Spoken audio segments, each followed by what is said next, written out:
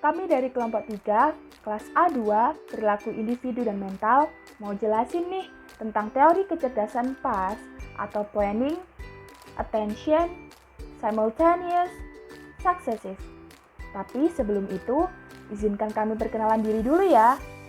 Kelompok 3 terdiri dari Adeline, Erika, Nawal, Virial, dan Lisa. Oke, lanjut ke penjelasannya ya. Yuk simak baik-baik. Asal-usul teori planning, attention, simultaneous, and successive berakar pada karya A.R. Luria. Luria sendiri berteori bahwa fungsi kognitif manusia dapat dikonseptualisasikan dalam kerangka 3 unit fungsional terpisah tetapi terkait yang menyediakan 4 proses psikologis dasar. Ketiga sistem otak tersebut disebut sebagai unit fungsional karena mekanisme neuropsikologisnya bekerja dalam sistem yang terpisah tetapi saling terkait.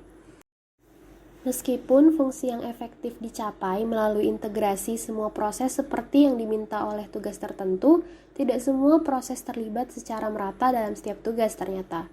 Misalnya, tugas-tugas seperti perhitungan matematika sangat didominasi oleh satu proses saja, sedangkan tugas-tugas seperti membaca decoding mungkin terkait dengan proses lain yang berbeda. Selanjutnya, kita akan membahas tentang deskripsi dari 3 unit fungsional atau 3 units function.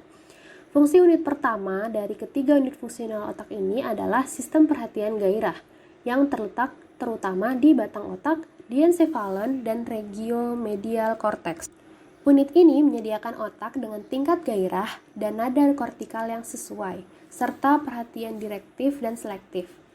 Selanjutnya, unit fungsional kedua yaitu melibatkan proses simultan dan berurutan. Unit fungsional ini berhubungan dengan lobus occipital, parietal, dan temporal di belakang sulcus centralis otak. Unit ini bertanggung jawab untuk menerima, memproses, dan menyimpan informasi yang diperoleh seseorang dari dunia luar. Selanjutnya, unit fungsional ketiga yang berguna untuk pengembangan strategi, penggunaan strategi, pemantauan diri, dan pengendalian aktivitas kognitif dikaitkan dengan area prefrontal lobus frontal otak. Unit ini menyediakan pemrograman, regulasi, dan verifikasi perilaku dan bertanggung jawab atas perilaku seperti mengajukan pertanyaan, pemecahan masalah, dan pemantauan diri. Materi selanjutnya yaitu 3 satuan fungsional dan teori PAS. Konsep Luria tentang 3 satuan fungsional ini mendasari dari penerapan teori PAS, di mana menurut Luria terdapat 3 dasar otak yang berfungsi dalam teori PAS. Yang pertama yaitu adalah tahap planning.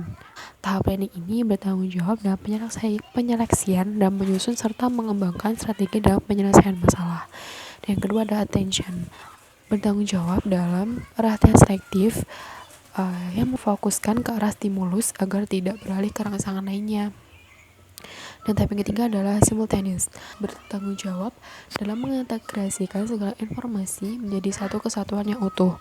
Dan tahap terakhir adalah successive, bertanggung jawab dalam pengelolaan satuan informasi menjadi proses yang berkelanjutan dan juga bermakna. Selanjutnya yaitu terkait dengan operasional teori PAS. Nah, dalam teori PAS ini dioperasionalkan oleh CAS atau Cognitive Assessment System dan juga dijadikan sebagai landasan dalam penggunaan teori pengembangan tes berbasis sistematis dan juga empiris yang telah dirancang untuk mendapatkan ukuran proses yang efisien yang dapat diberikan secara individual. Dari selanjutnya yaitu adalah dukungan empiris pada teori PAS. Nah, menurut Dillon terdapat 6 kriteria untuk evaluasi teori pemrosesan kognitif.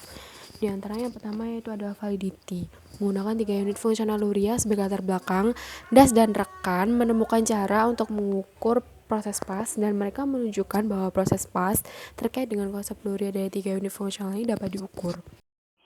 Diagnosis. 2 tujuan penting diagnosis. Yang pertama, menentukan apakah variasi karakteristik membantu membedakan satu kelompok anak dari kelompok lain. Yang kedua, menentukan apakah data dapat membantu dalam pengambilan keputusan. Cara untuk memeriksa kegunaan profil kognitif PAS adalah dengan analisis frekuensi kelemahan untuk anak-anak dalam lingkungan pendidikan biasa dan khusus. Cara kedua adalah dengan pemeriksaan populasi tertentu. Kelemahan kognitif ditemukan ketika seorang anak memiliki perbedaan intra-individual yang signifikan pada skor nilai PAS, dan skor terendahnya berada di bawah batas rata-rata. Terdapat pedoman tentang bagaimana kelemahan kognitif berbasis PAS dapat memenuhi kriteria untuk program pendidikan khusus. Hal ini dikemukakan oleh Naglieri dan Pickering.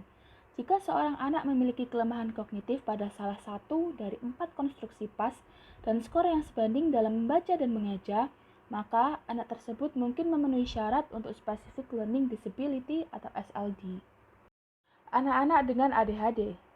Dalam penelitian, anak-anak ADHD memiliki rata-rata skor perencanaan yang rendah. Hal ini terkait dengan kinerja perencanaan yang buruk. Konsistensi di berbagai penelitian menunjukkan bahwa beberapa anak mengalami kesulitan dengan perencanaan daripada pemrosesan perhatian. Temuan ini konsisten dengan pandangan Berkeley bahwa ADHD adalah kegagalan pengendalian diri daripada kegagalan perhatian. Anak-anak dengan ketidakmampuan membaca. Ketidakmampuan membaca disebabkan oleh ketidakmampuan untuk terlibat dalam pengodaan fonologis. Anak-anak dengan ketidakmampuan membaca bekerja dengan baik pada semua konstruksi PAS kecuali pemrosesan yang berurutan. Hal ini sesuai dengan pandangan Das bahwa kegagalan membaca adalah hasil dari defisit dalam pengurutan informasi atau pemrosesan yang berhasil. Selanjutnya adalah prescription.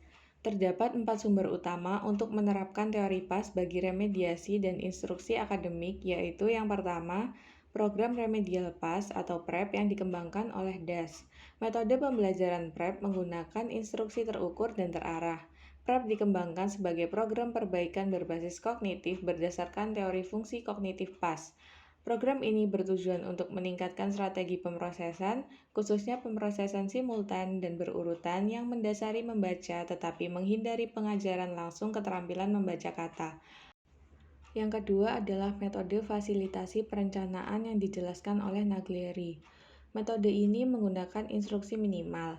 Esensinya yaitu efektivitas mengajar anak-anak menjadi lebih strategis saat menyelesaikan soal-soal perhitungan matematika di kelas, diilustrasikan dengan baik oleh sebuah penelitian yang telah meneliti hubungan antara instruksi strategi dan skor perencanaan CAS.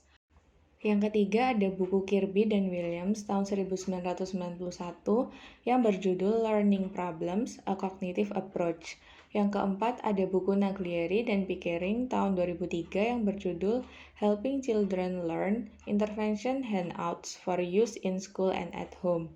Kedua buku tersebut berisi beberapa pendekatan yang masuk akal untuk intervensi akademik dan bervariasi dari yang sangat terapan hingga yang lebih umum. Selanjutnya ada comparability atau keterbandingan, yaitu sejauh mana konstruksi pemrosesan kognitif memiliki relevansi dengan beberapa tugas target yang merupakan kriteria validitas penting untuk sebuah teori dan yang relevan dengan evaluasi teori PAS. Lalu ada replicability atau standardizability, yaitu nilai dari setiap teori pemrosesan kognitif pada akhirnya terkait dengan sejauh mana yang dapat diterapkan di seluruh pemeriksaan dan diatur ke dalam metode formal dan standar untuk memastikan replikasi di seluruh praktisi.